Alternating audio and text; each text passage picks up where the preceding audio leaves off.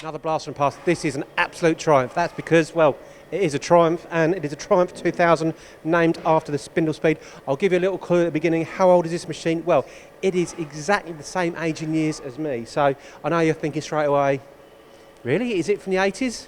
We'll tell you at the end. But anyway, let's work my cameraman. Get it back. Get yourself around here. First of all, if I just showcase there, so through spindle bore, that 2 inches bar will go in there if you want to work a nice long component. Now back you go, Chris.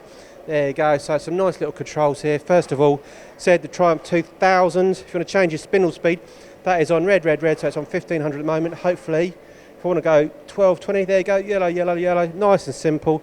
All change on your spindle speed. Now, thread cutting. You've got your left and right hand threads here.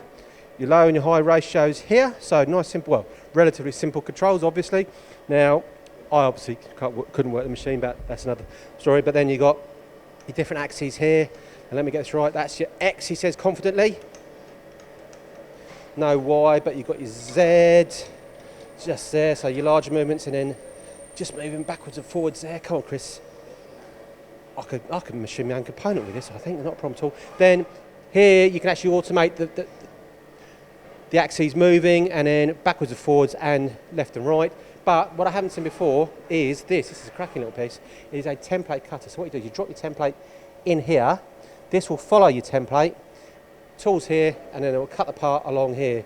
So great machine with your template cutting facility.